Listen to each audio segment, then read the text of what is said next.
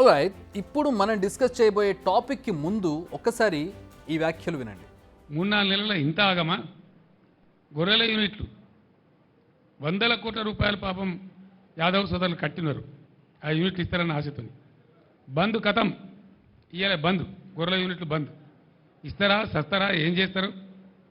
అది లేదు. దాని మీద యాదవ్ సోదరులు రెడీగా ఉన్నారు మిమ్మల్ని ఏ విధంగా శిక్షించాలో శిక్షించడానికి. అదేవిధంగా దళిత బంధు మేము 1,30,000 మందికి శాంక్షన్ చేసినాం. మేము 10 లక్షలు ఇచ్చేవాళ్ళం. మీరు వాగ్దానం చేసింది 12 లక్షలు ఇస్తామన్నారు. దాని మీద ఉలుకు లేదు, పలుకు లేదు. మేము రిలీజ్ చేసిన డబ్బు కూడా ఫ్రీజ్ చేసి పడేసిండ్రు. తమ పాలనలో సంక్షేమం 4 కాళ్లపై నడవడం కాదు, పరిగెత్తింది. కాంగ్రెస్ వచ్చాక పథకాలన్నీ పక్కేసుకుని పడుకున్నాయంటున్నారు కేసీఆర్. మరి ఇది నిజమేనా?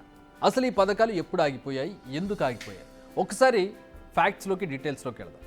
కేసీఆర్ మొన్న పచ్చని పొలాల మధ్యలో నిర్వహించిన పొలం బాట తర్వాత ప్రెస్ మీట్ నిర్వహించారు. అప్పుడే ఈ వ్యాఖ్యలు చేశారు. అయితే కేసీఆర్ చేసిన ఆరోపణలో నిజం ఎంతుంది, వాస్తవంగా ఏం జరిగింది, నిజంగా పథకాలు ఎప్పటి నుంచి ఆగాయి అని ప్రభుత్వ పెద్దలు ఫోకస్ చేశారు. ఈ వివరాలన్నింటితో ఓ రిపోర్ట్ తయారు చేసి దానిని సీఎం రేవంత్ డెస్క్ పైకి పంపారు. ఇప్పుడు ఈ డీటెయిల్స్ చూస్తే కాస్త షాకింగ్ విషయాలు వెలుగులోకి వచ్చాయి. కాంగ్రెస్ సర్కార్ వచ్చాక కాదు, అసలు బీఆర్ఎస్ హయాంలోనే లక్షలాది అప్లికేషన్లు పెండింగ్లో ఉన్నాయి. అంటే కేసీఆర్ సీఎంగా ఉన్నప్పటి నుంచే ఈ పథకాలు ఆగిపోయాయి. ఈ విషయం క్లారిటీగా ఈ రిపోర్ట్స్లో తెలుస్తోంది. కాస్త డెప్త్లోకి వెళితే కళ్యాణలక్ష్మి ఆడబిడ్డ పెళ్లి ఖర్చు కోసం తీసుకొచ్చిన పథకం గతేడాది జనవరి నుంచి, గతేడాది అంటే 2023 జనవరి నుంచి కాంగ్రెస్ గవర్నమెంట్ అధికారం చేపట్టే వరకు అంటే డిసెంబర్ 7 నాటికి 1,00,000కు పైగా అప్లికేషన్లు పెండింగ్లో ఉన్నాయి. ఇవి క్లియర్ చేయాలంటే అక్షరాల 1,000 కోట్ల వరకు నిధులు ఖర్చు చేయాలి.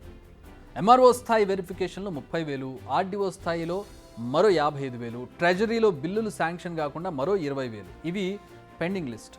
ప్రతిసారి బడ్జెట్లో పెట్టడం, నిధులు ఇవ్వకపోవడం, ఇదే సీన్ రిపీట్ అవుతుంది. 2023-24లో 3,210 కోట్లు కేటాయించింది బీఆర్ఎస్ సర్కార్. కానీ ఆ స్థాయిలో మాత్రం నిధులను విడుదల చేయలేదు. అంటే అప్లికేషన్ ఇచ్చిన ఏడాది తర్వాత కూడా చెక్ వచ్చే పరిస్థితి లేదు.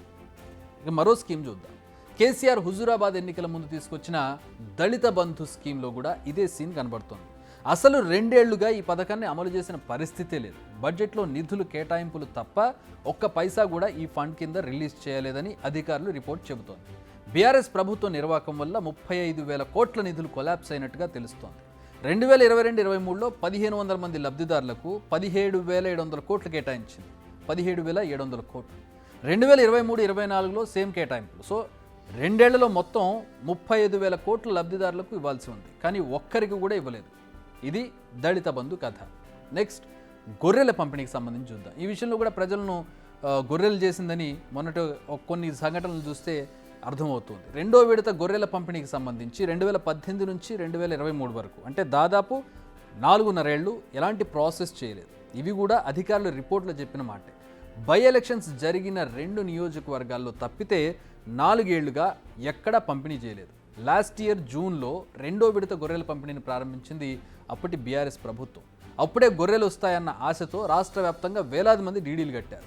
లబ్ధిదారుల వాటా కింద దాదాపు 85,000 మంది ఒక్కొక్కరు 43,750 రూపాయల చొప్పున బ్యాంకుల్లో డీడీలు తీశారు. మరి గొర్రెలు పంచారా అంటే అది కూడా లేదు. ఇక జరిగిన గొర్రెల పంపిణీలో కూడా అవినీతి, అక్రమాలు. ఇప్పటికే ఈ విషయంలో విజిలెన్స్ ఎంక్వైరీతో పాటు ఏసీబీ కూడా కేసు నమోదు చేసింది.